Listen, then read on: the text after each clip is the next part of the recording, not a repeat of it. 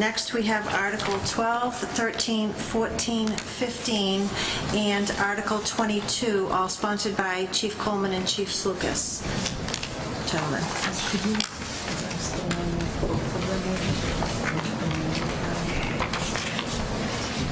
Okay. I have articles. Yeah. Is there one? Which one is that? Two for the town clerk. Well, we can do that. Yeah. Okay. It's on 20 and 21. Okay. We'll do that next. Chief, Article 12, 35,850 from general revenues for the purchase of personal protective turnout gear. Sure. Thank you, Madam Chair. This was part of a two-phase strategy that we actually started back in March at the special town meeting in March to get each member of the career staff a second set of turnout gear. So we did half of the department in March. These 17 sets would do the balance of the department, minus myself, the deputy, and the fire prevention captain. Are there any questions? Motion to recommend. Second. Any discussion? All those in favor? Aye. Any opposed? So voted. The next article, Article 13, to see if town meeting will vote to appropriate $8,382.30 from ambulance reserve for the purchase of ballistic protection. Madam Chair, thank you. If you had asked me 6 years ago when I became the chief if I would be researching and coming forward with a proposal to put ballistic protection on ambulances and fire trucks, I would have not believed you, but unfortunately, current climate and the times, that's where we are. Massachusetts recently adopted an active shooter and hostile event response guidance document that allows law enforcement, emergency medical personnel to work closely together during those types of hostile events, and it calls for what's known as a rescue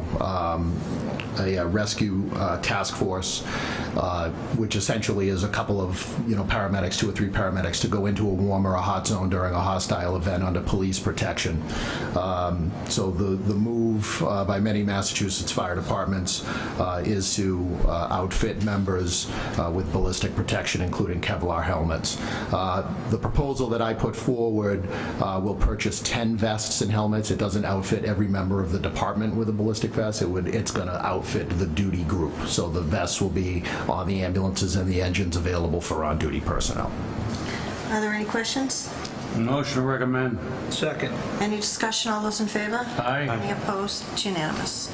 Article 14, to see if town meeting will vote to appropriate the sum of $150,000 from free cash to hire an outside consultant to study and evaluate the existing public safety buildings, including police and fire, to make recommendations on the feasibility of renovation, expansion, or construction. Chiefs. Can I just have one? Thank you, Madam Chair. As you are aware, this is coming around for you is a proposed scope of work on what Chief Slucas and I, as well as town administration, envision the scope of work would be if this article were to be successful. As you are aware, this is a conversation that we've been having for many years. It was a conversation that was outlined in the 2015 Facilities Improvement Report by the town manager, where she had recommended a similar study a couple of years ago. This was also a conversation that I had this year with the Finance Committee during my budget presentation when asked by the Finance Committee what the current status of the facilities were. And I mentioned at that time that it's a conversation that, if we were looking to put shovel in the ground, in approximately 5 years, it's a conversation that we need to have today. Going back into the history of the department, not to take you down that road too much tonight, but the original conversations to build the current fire headquarters started somewhere around 1956. It was the conversations really got going around 61, and they cut the ribbon in 64. So as we all know, this isn't something that happens overnight. The current fire headquarters is over 55 years old. In 5 years, current Station 2 will be over 70 years old. As we all know, that was never built as a fire station to begin with. It's a renovated elementary school. So, we do have some building needs. We've been doing some renovations at the fire stations. It would be my hope, as you will see in the scope of work here, it would be my hope to do some expansion renovation of the facilities. So all the work that we've been doing, especially at headquarters over the last couple of years, it's still going to be good work that was done. It just won't have to, that work won't have to be redone in the event of some sort of an expansion. But Station 2 is really my large concern. We have a lot of operational issues out of that station. It's aging. Again, it was never designed to be a fire station to begin with. And then fire headquarters, again, it was built for a completely on-call staff, and at a time where there were no full-time people. So our staff takes a tremendous amount of pride in the buildings. They're well maintained, but from space needs, operational issues, there's really a lot of concerns there. So it's just something that the chief and I both, I'll let him address the police station issues, but if we're looking to do something, a few years down the road, it's really a conversation that we need to start having today. Chief Lucas? Well, basically, we're out of room. We were pretty much out of room when we moved into the new building. Granted, it was much better than what we had on Southbridge Street at the time. But we're out of room in our records bureau. We're out of room in our evidence room. We're out of room in dispatch. We keep getting asked to take on more monitoring and more cameras as the town goes forward and adds additional cameras. There's nowhere else to hang another monitor in that dispatch room. We're out of room in the locker room. There's a number of us, including myself, that simply don't have a locker. That's our biggest issue, is we're kind of busting at the seams. Building is it's 17 years old, but I get it that it's still yet only 17 years old, but there were issues from the location to the size of the building from the day we moved in. And I agree with Chief Coleman. It's a conversation that we need to start to have, because it's going to take some time to actually, make something, bring it to completion at the other end. We're probably looking at, realistically, a 5, 7, 10-year window, and we need to start to make the ball roll now. Thank you. Ms. Jacobson? Through the chair, I want to add to this a couple of things. It's interesting that the Board of Selectmen actually had this conversation in April.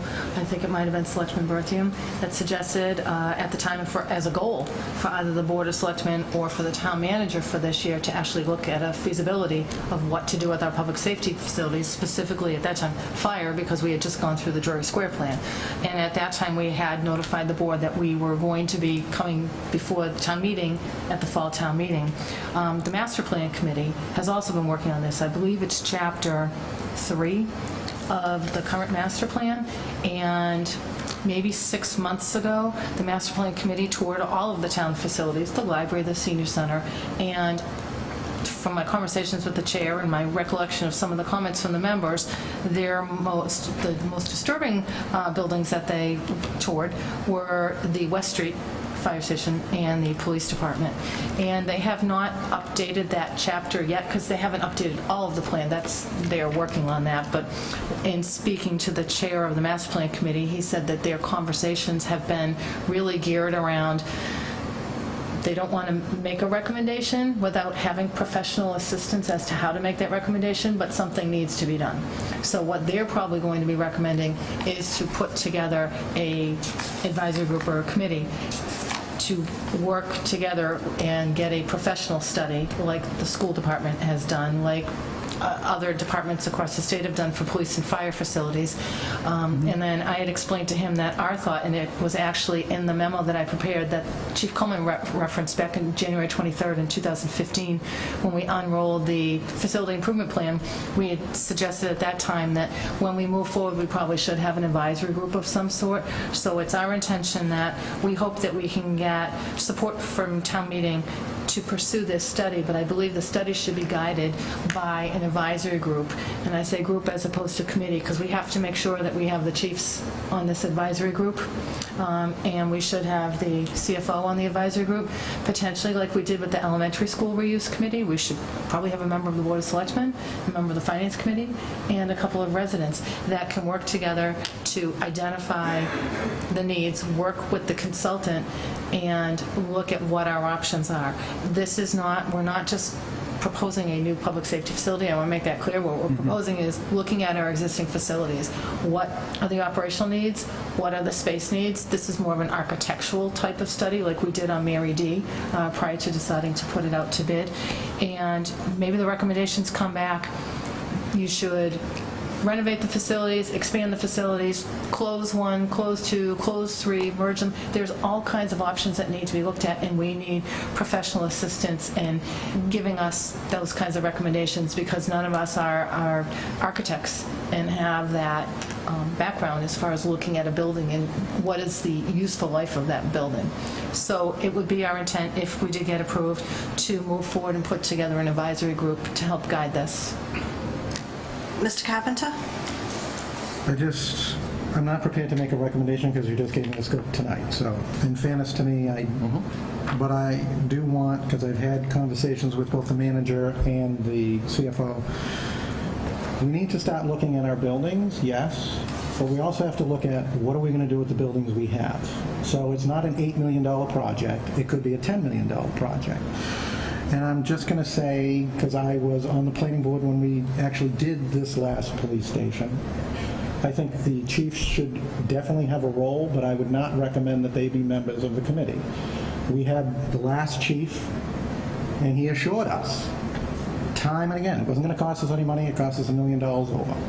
We had room to expand. Now we're being told we don't. And that's fine, but we can all get it wrong. But my frustration is the planning board at the time issued all of these recommendations. We actually had a planning board member go through, because as I see the Warrant articles and see all the ice dams and everything, at the time that this building was built, a builder who was on our board said, you didn't insulate it correctly. That's true. So I'm not going to hold you guys or anybody else to that standard, but to me, I don't think that you should be on the committee, but I definitely think you should be involved to the extent of this is what we need, because obviously you and your staff can work that out, but I think it's intimidating for other members. They don't tend to speak up when you're in the room. That's not your fault, but I'm just letting you know there is the intimidation factor, and I want us to come to a conclusion that's going to actually last us more than 17 years, or because we don't have the money to keep building buildings. I mean, I'm very frustrated with this idea that we just have money to just build buildings, and we don't. And frankly, this weekend I just got a ration of someone's opinion on how our taxes are terrible and da-da-da-da-da. And, you know, I've said it here before, our taxes are too high. And people think that's funny and they can laugh about it, and that's fine in certain boards in our community. I don't think it's funny, because I get the 70 or 80-year-old calling me on the phone crying because they can't pay their taxes.